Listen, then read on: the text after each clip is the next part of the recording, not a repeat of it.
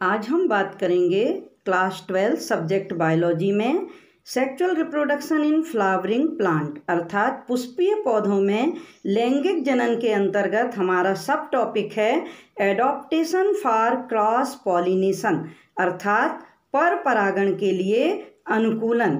जैसा कि मैंने अपने पिछले 2 वीडियो में आपको बताया है कि पौधों में जो पुष्प होता है वह पौधे का जनन अंग है और पुष्प में या तो स्वपरागण होता है या पर परागण होता है। अब हम यहाँ पर थोड़ा सा देख लेंगे कि स्व और पर परागण क्या है और पर परागण की क्रिया हो और स्वपरागण की क्रिया ना हो, इसके लिए पुष्प में कुछ अनुकूलन होते हैं। तो आज का हमारा मुख्य टॉपिक यही है कि पौधे के पास ऐसे कौन से अनुकूलन हैं जो पर परागण को प्रेरित करते हैं और स्वपरागण को रोकते हैं। तो थोड़ा सा हम देखें कि पर परागण क्या है। इन पुष्प में हम देखते हैं, ये देखिए हमारे पास ये गुड़हल के फ्लावर हैं। मान लीजिए ये किसी एक पौधे पर लगा हुआ पुष्प है और ये किसी दूसरे पौधे पर लगा हुआ पुष्प है।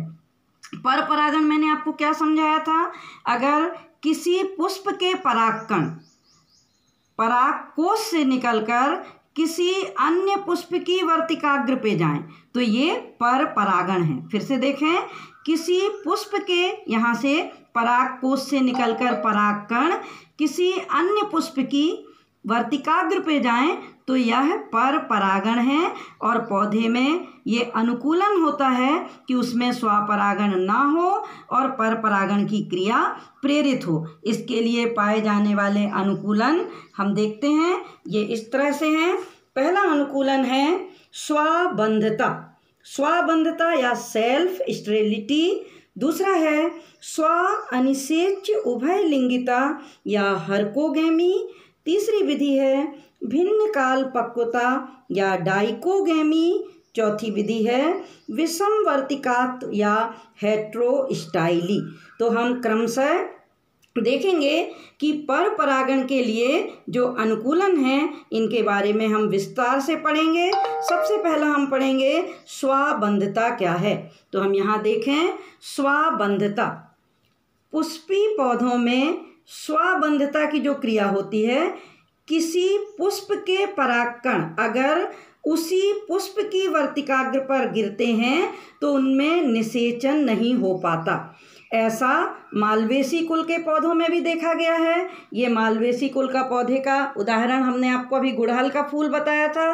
तो इस तरह से हमने क्या देखा, फिर से देखें, किसी पुष्प के परागकण अगर उसी पुष्प की वर्तिकाग्र पे गिरें तो वे निषेचन नहीं कर पाते। उदाहरण मालवेसी कुल का पौधा जैसे गुड़हल।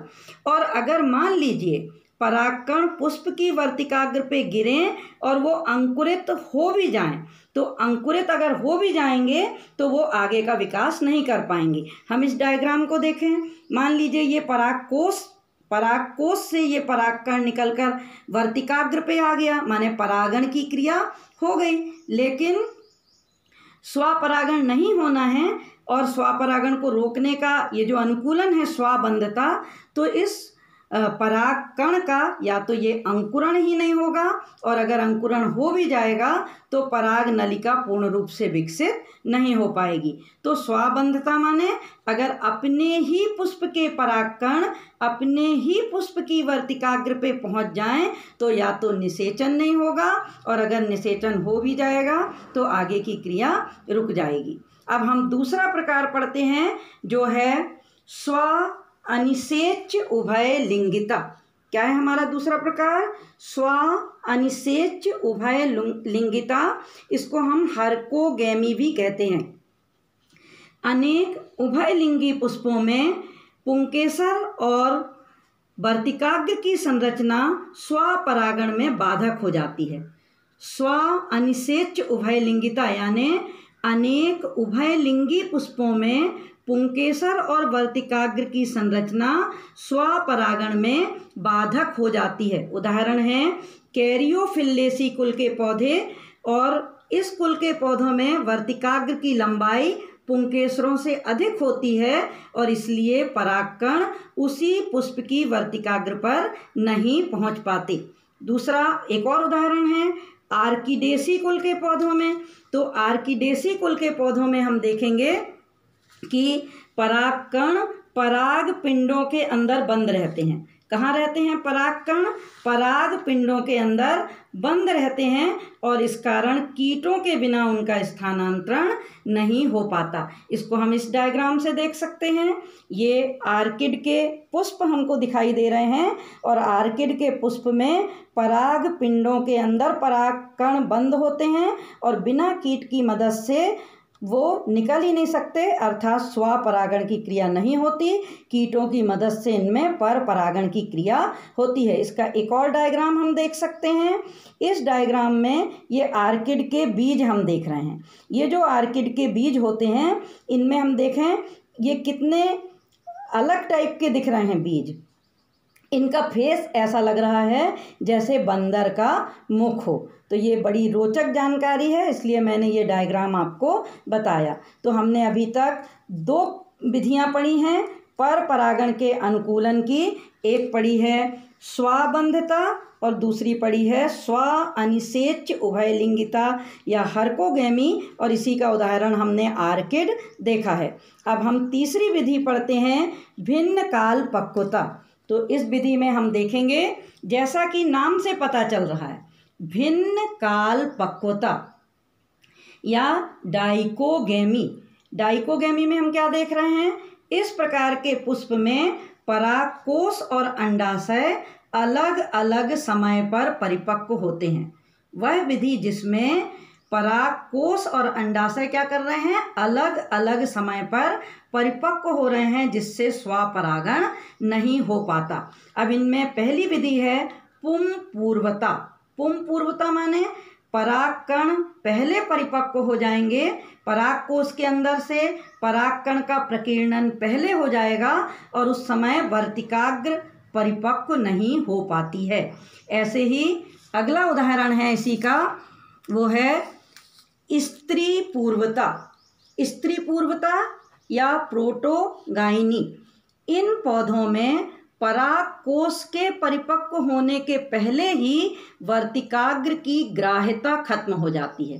तो ये भी एक स्वपरागण को रोकने की विधि हुई। स्त्री पूर्वता यानी स्त्री केसर पहले परिपक्व हो गए और पुंकेसर बाद में परिपक्व हुए। देखिए फिर से देखें, इन पौधों में पराग कोशों के परिपक्व होने के पहले ही वर्तिकाग्र की ग्राह्यता खत्म हो जाती है। उदाहरण क्रूसीफेरी और रोजेसी कुल के पौधों में। तो ये जो क्रूसीफेरी यानी इसमें सरसों का उदाहरण आता है और रोजेसी यानी गुलाब का उदाहरण आता है। तो अब हम चौथा प्रकार देखें स्वपरागण को रोकने और पर परागण का जो चौथा अनुकूलन है वो है विषम वर्तिकात्व। विषम वर्तिकात्व के अंतर्गत, या इसको हम हेट्रोस्टाइली भी कहते हैं, यहाँ भी हमको नाम से समझ में आ रहा है विषम वर्तिकात्व। जब वर्तिका और पुंकेसर की लंबाई अलग अलग हो तो इसके आधार पर पौधे या पुष्प 2 प्रकार के होते हैं। कौन कौन से 2 प्रकार के? पहला दीर्घ वर्तिका वाले पुष्प जिनमें पुंकेसर छोटे और वर्तिका लंबी होती है। तो नाम क्या है? दीर्घ वर्तिका वाले पुष्प यानी पुंकेसर छोटे और वर्तिका लंबी। दूसरा है लघु वर्तिका वाले पुष्प जिनमें वर्तिका कम ऊंची और पुंकेसर अधिक लंबे। इसको भी हम डायग्राम से देख सकते हैं। ये जो आप डायग्राम यहाँ पर देख रहे हैं, इस डायग्राम में आपको 2 प्रकार के पुष्प दिखाई दे रहे हैं। एक लॉन्ग स्टाइल्ड पुष्प यानी ये देखिए वर्तिका लंबी है और पुमंग के पुतंतु छोटे हैं, इसलिए परागकोश की ऊंचाई कम दूरी तक है और वर्तिकाग्र ज़्यादा लंबी है। तो इससे क्या होता है? स्वपरागण नहीं हो पाता है, बल्कि ये किसके लिए अनुकूलन है? पर परागण के लिए अनुकूलन है। ऐसे ही एक दूसरा उदाहरण है, ये शार्ट स्टाइल्ड यानी छोटी वर्तिका वाले पुष्प। अब इनमें क्या हो रहा है कि वर्तिका छोटी है इसलिए वर्तिकाग्र भी कम हाइट पे है और जो पुमंग हैं उनके ये जो पुतंतु हैं वो लंबे हैं, इसलिए परागकोश ऊपर चले गए। तो ये हम क्या पढ़ रहे थे, विषम वर्तिकात्व। तो विषम वर्तिकात्व में हमने क्या देखा कि जब, देख लीजिए फिर से एक बार, विषम वर्तिकात्व माने जब वर्तिका और पुंकेसर की लंबाई अलग अलग होती है, उसके आधार पर पौधे दो प्रकार के होते हैं। पहले दीर्घ वर्तिका वाले पुष्प जिनमें पुंकेसर छोटे और वर्तिका लंबी, और दूसरे लघु वर्तिका वाले पुष्प जिनमें वर्तिका कम ऊंची और पुंकेसर अधिक लंबे होते हैं। तो इस तरह हमने ये जो 4 प्रकार के अनुकूलन पढ़े हैं, आपको समझ में आ गए होंगे। ये जो अनुकूलन है, ये देखिए यहाँ पर एक और डायग्राम हम देख लेते हैं। इस डायग्राम में भी आप देखें अगर गौर से, तो यहाँ आप देख रहे होंगे, ये देखिए ये वाले भाग में इस डायग्राम में कैसा दिखाई दे रहा है, ये वर्तिका छोटी है। देखिए ये वर्तिका कैसी है, छोटी, यहीं पे ख़त्म हो गई। कहाँ ख़त्म हो गई, यहाँ। और ये पुंकेसर यहाँ ऊपर तक आए हैं। और ऐसे ही ये बगल वाला डायग्राम है। इस वाले डायग्राम में देखिए क्या दिख रहा है हमको, पुंकेसर नीचे ही ख़त्म हो गए और ये वर्तिका ऊपर तक आई है, और कीट दिखाई दे रहे हैं, अर्थात इस पुष्प में पर परागण हो रहा है कीटों के द्वारा। तो पर परागण के हमने जो टोटल 4 अनुकूलन पढ़े हैं, एक बार फिर हम देखें कौन से 4 अनुकूलन पढ़े हैं। स्वबंधता या सेल्फ स्टेरिलिटी, अर्थात अगर अपने ही पुष्प की वर्तिकाग्र पे अगर परागकण गिर जाएंगे तो उनका अंकुरण नहीं होगा। दूसरा हमने पढ़ा है स्व अनिषेच उभयलिंगिता या हरकोगेमी, और तीसरा पढ़ा है भिन्न काल पक्वता, यानी अलग अलग समय पर पुंकेसर और वर्तिका के अंदर एग सेल का परिपक्व होना, और चौथा विषम वर्तिकात्व, यानी या तो वर्तिका लंबी होगी और पुंकेसर छोटे होंगे, या फिर पुंकेसर लंबे होंगे और वर्तिका छोटी होगी। तो ये चारों अनुकूलन किस चीज़ के लिए थे, ये चारों अनुकूलन थे पर परागण की क्रिया को रोकने, पर परागण की क्रिया के लिए ये अनुकूलन है, और स्वपरागण की क्रिया को रोकने के लिए हैं। तो इस तरह से आप इनके नोट्स बना सकते हैं और अपनी तैयारी कर सकते हैं।